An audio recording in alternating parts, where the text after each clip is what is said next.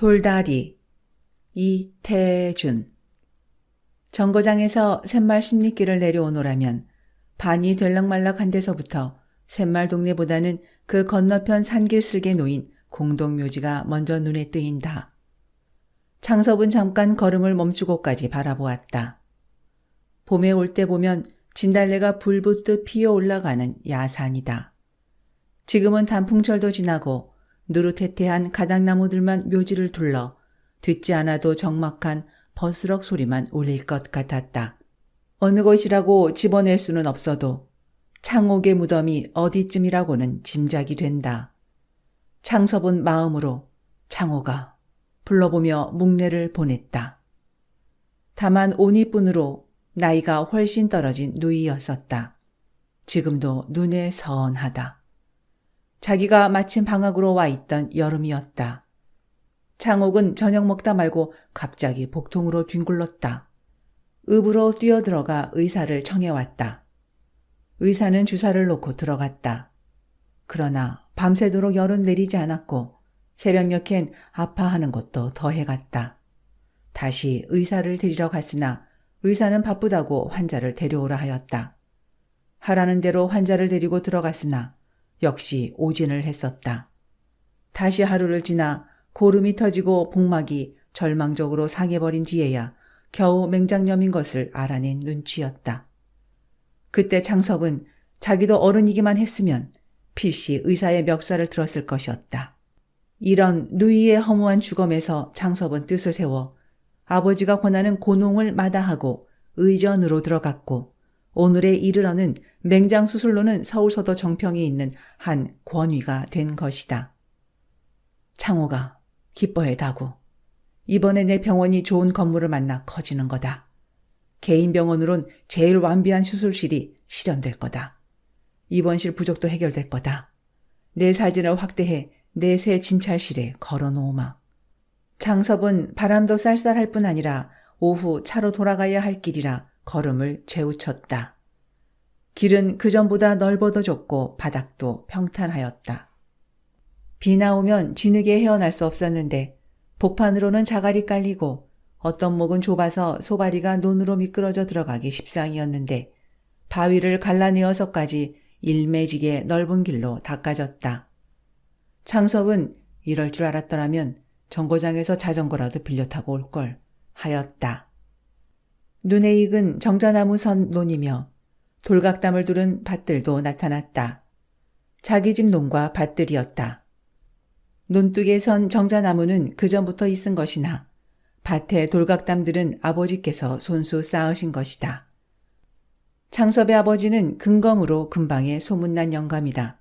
그러나 자기 대에 와서는 밭 하루가리도 늙지를 못한 것으로도 소문난 영감이다.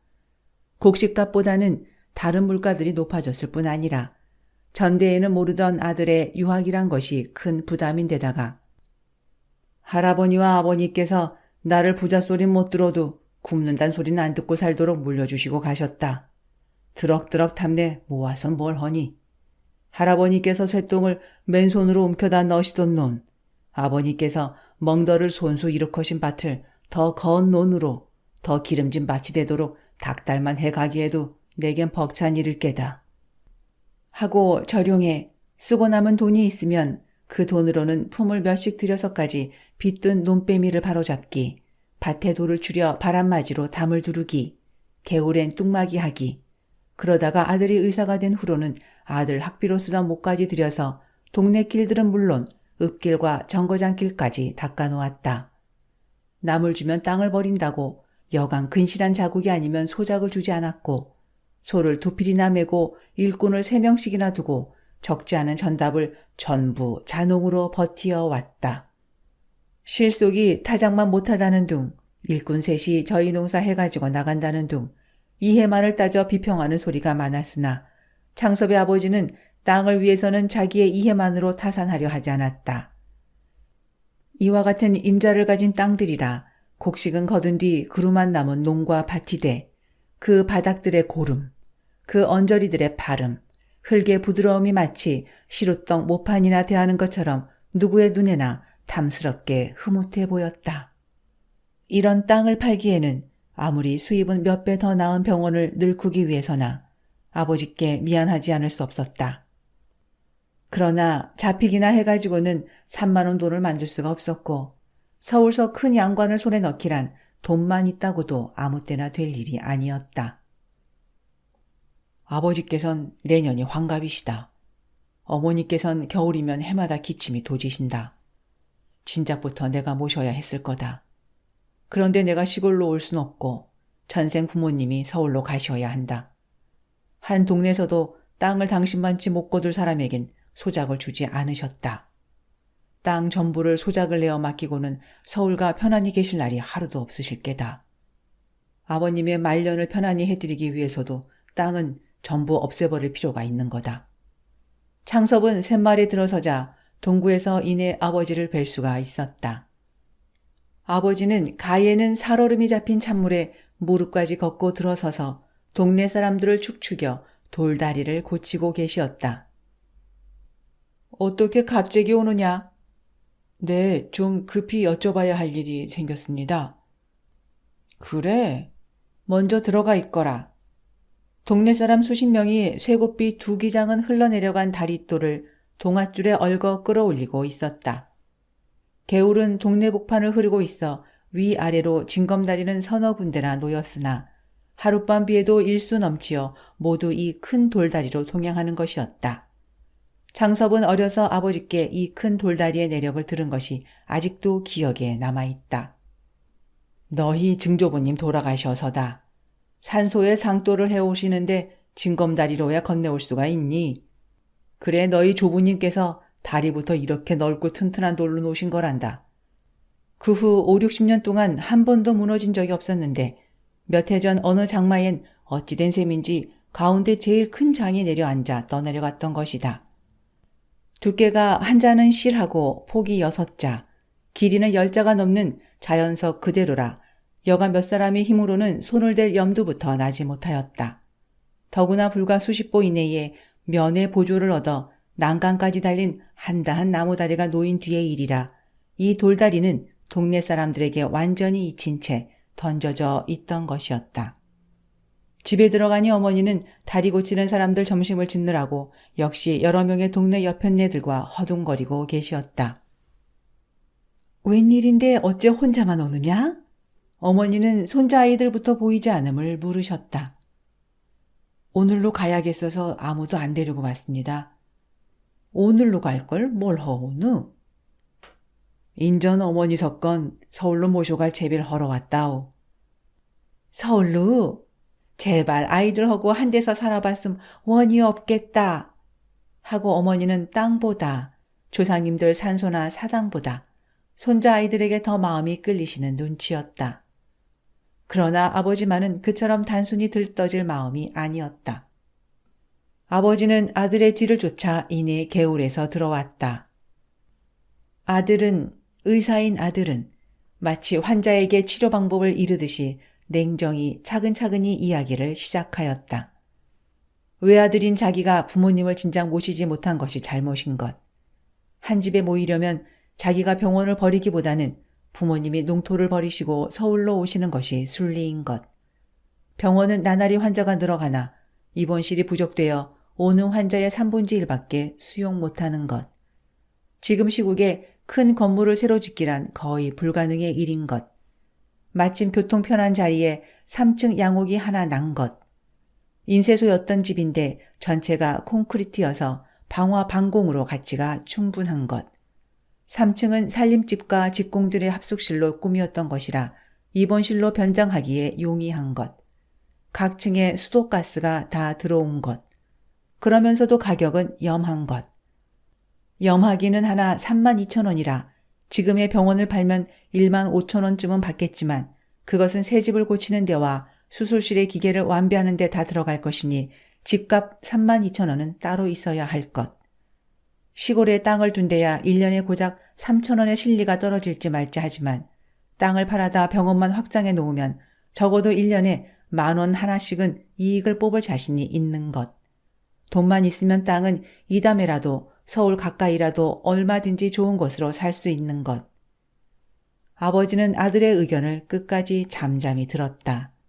그리고 점심이나 먹어라. 나도 좀 생각해봐야 대답하겠다. 하고는 다시 개울로 나갔고 떨어졌던 다리돌을 올려놓고야 들어와 그도 점심상을 받았다. 점심을 자시면서였다. 원 요즘 사람들은 힘도 줄었나 봐. 그 다리 첨놀제 내가 어려서 봤는데 불과 연화문이서 거들던 돌인데 장정 수십 명이 한나자를 씨름을 하다니. 나무다리가 있는데 건 왜 고치시나요? 너도 그런 소리를 하는구나.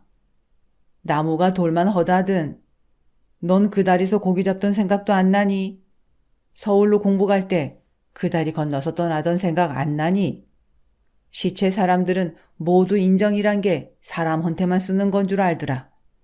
내 할아버지 산소의 상도를 그 다리로 건네다 모셨고 내가 천잘 끼고 그 다리로 글 읽으러 댕겼다. 내 어미도 그 다리로 가말 타고 내 집에 왔어. 나 죽건 그 다리로 건네다 묻어라. 난 서울 갈 생각 없다. 네? 전금이 쏟아진데도 난 땅은 못 팔겠다. 내 아버님께서 손수 일으키시는 걸 내 눈으로 본 파티고 내 할아버님께서 손수 피땀을 흘려 모신 돈으로 장만하신 놈들이야. 돈 있다고 어디가 느르지 논 같은 게 있고 독시장박 같은 걸 사. 느르지 논뚝에 선 느티나무는 할아버님께서 심으신 거고 저 사랑마당엔 은행나무는 아버님께서 심으신 거다. 그 나무 밑에를 설 때마다 난 그 어른들 동상이나 다름없이 경건한 마음이 솟아 우러러보곤 헌다. 땅이란 걸 어떻게 일시이해를 따져 사고팔고 하느냐. 땅 없어 봐라. 집이 어디 있으면 나라가 어디 있는 줄 아니. 땅이란 천지만물의 근거야.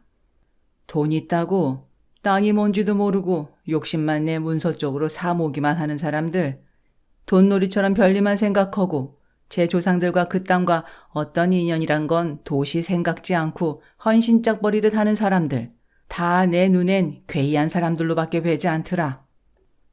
내가 네 덕으로 오늘 의사가 됐니? 내 덕인 줄만 아느냐? 내가 땅 없이 뭘로? 밭에가 절하고 노내가 절해야 쓴다. 자고로 한울 한울 허나 하늘의 덕이 땅을 통하지 않군 사람한테 미치는 줄 아니. 땅을 파는 건 그게 하늘을 파는 거나 다름없는 거다. 땅을 밟고 다니니까 땅을 우습게들 여기지. 땅처럼 은과가 분명한 게 무엇이야. 하늘은 차라리 못 믿을 때도 많다. 그러나 힘들이는 사람에겐 힘들이는 만큼 땅은 반드시 후원 보답을 주시는 거다. 세상에 흔해 빠진 지주들, 땅은 자기들한테나 맡겨버리고 떡 도회지에가 앉아 소출은 바로다 모다 도회지에 낭비해버리고 땅 가꾸는 데는 단돈 1원을 벌벌 떨고 땅으로 살며 땅에 야박한 놈은 자식으로 치면 후레자식 셈이야. 땅이 말을 할 줄 알아봐라. 배고프단 땅이 얼마나 많을 테냐. 해마다 걷어만 가고 땅은 자갈밭이 되니 않아 뚝이 떠나가니 않아. 걸음 한 번을 제대로 넣나. 정 급하게 돼 자기니 우는 소리나 해야 요즘 너희 신이들 주사침 놓듯 애꿎은 금비만 갖다 털어넣지. 그렇게 땅을 홀대허군 인제 죽어서 땅이 무서서 어디로들 갈 탱구. 창섭은 입이 얼어버렸다. 손만 부비었다. 자기의 생각은 너무나 자기 본위였던 것을 대뜸 깨달았다. 땅에는 이해를 초월한 일종 종교적 신념을 가진 아버지에게 아들의 이단적인 계획이 용납될 리 만무였다. 아버지는 상을 물리고도 말을 계속하셨다. 너루선 어떤 수단을 쓰든지 병원부터 확장하려는 게 과히 엉뚱한 욕심은 아닌 줄도 안다. 그러나 욕심을 부려 못 쓰는 거다. 의술은 예로부터 인술이라지 않니? 매살 순탄하게 진실하게 해라. 내가 가업을 이어나가지 않는다곤 탄하지 않겠다. 넌 너로서 발전할 길을 열었고 그게 또 모리집의 야겁이 아니라 활인하는 인술이구나. 내가 어떻게 불평을 말하니? 다만 3, 4대 집안에서 공들여 일으켜놓은 전장을 남의 손에 내맡기게 되는 게 적 애석한 심사가 없달 수는 없고 팔지 않으면 그만 아닙니까? 나 죽은 뒤에 누가 거두니? 너도 이제도 말했지만 너도 문서 쪽만 쥐고 서울 앉아 지주 노릇만 허게? 그따위 지주하고 자긴 틈에서 땅들만 얼말 고른 줄 아니? 안 된다. 팔테다. 나 죽을 임시엔 다 팔 테다. 돈에 팔 줄 아니? 사람한테 팔 테다. 건너 용문이는 우리 느르지 놈 같은 건 한 해만 붙여보고 죽어도 농군으로 태어났던 걸 한허지 않겠다고 했다. 독시장 밭을 내놓는다고 해봐라. 문보나 덕길이 같은 사람은 길바닥에 나앉더라도 집을 팔아 살려고 덤빌 게다. 그런 사람들이 땅 임자 안 되고 누가 돼야 오르냐. 그러니 아주 말이 난 김에 내 유언이다. 그런 사람들 무슨 돈으로 땅값을 한몫 내겠니? 몇몇 해고 그 땅 소출을 팔아 연년이 갚아나가게 할 테니 너도 땅값을 랑 그렇게 받아갈 줄 미리 알고 있거라. 그리고 내 모가 먼저 가면 내가 묻을 거고 내가 먼저 가게 되면 내 몸 안은 내가 서울로 그때 데려가렴. 난 샘말서 이렇게 야인으로나 죄 없는 밥을 먹다 야인인 채 묻힐 걸 흡족히 여긴다. 자식의 젊은 욕망을 들어 못 주는 게 애비된 마음으로도 섭섭하다. 그러나 이 늙은이한테도 그만 신념쯤 지켜오는 게 있다는 걸 무시하지 말아다고. 아버지는 다시 일어나 담배를 피우며 다리 고치는 대로 나갔다. 옆에 앉았던 어머니는 두 눈에 눈물을 주르르 흘리었다. 너희 아버지가 여간 고집이시냐? 아니요. 아버지가 어떤 어른이신 건 오늘 제가 더 잘 알았습니다. 우리 아버진 훌륭한 인물이십니다. 그러나 창섭도 코 허리가 찌르르 하였다. 자기가 계획하고 온 일이 실패한 것쯤은 차라리 당연하게 생각되었고 아버지와 자기와의 세계가 격리되는 일종의 결별의 심사를 체험하는 때문이었다. 아들은 아버지가 고쳐놓은 돌다리를 건너 저녁차를 타러 가버리었다. 동구 밖으로 사라지는 아들의 뒷모양을 지키고 섰을 때 아버지의 마음도 정말 임종에서 유언이나 하고 난 것처럼 외롭고 한편 불안스러운 심사조차 설레었다. 아버지는 종일 개울에서 허덕였으나 저녁에 잠도 달게 오지 않았다. 젊어서 서당에서 읽던 백낙천의 시가 다 생각이 났다. 늙은 제비 한 쌍을 두고 지은 노래였다. 제 뱃속이 고픈 것을 참아가며 입에 얻어문 것은 새끼들부터 먹여 길렀으나 새끼들은 자라서 나래에 힘을 얻자 어디로인지 저희 좋을 대로 다 날아가 버려 야위고 늙은 어버이 제비 한 쌍만 가을바람 소슬한 추녀 끝에 쭈그리고 앉아있는 광경을 묘사하였고 나중에는 그 늙은 어버이 제비들을 가리켜 새끼들만 원망하지 말고 너희들이 새끼적에 역시 그러했음도 깨달으라는 풍자의 시였다. 노인은 어두운 천장을 향해 쓴 웃음을 짓고 날이 밝기를 기다려 누구보다도 먼저 어제 고쳐놓은 돌다리를 보러 나왔다. 흙탕이라고는 어느 돌 틈에도 남아있지 않았다.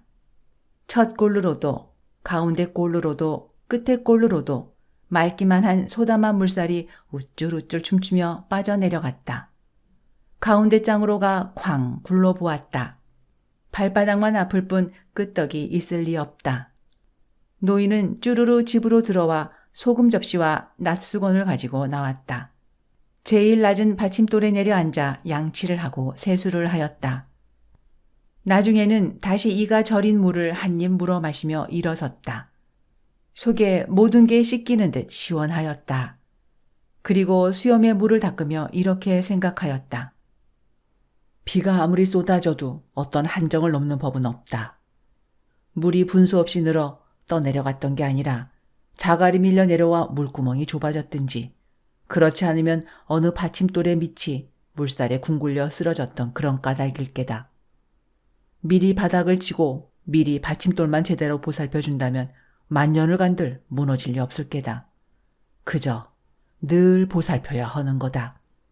사람이란 하늘 밑에 사는 날까지 하루라도 천리의 방심을 해선 안 되는 거다.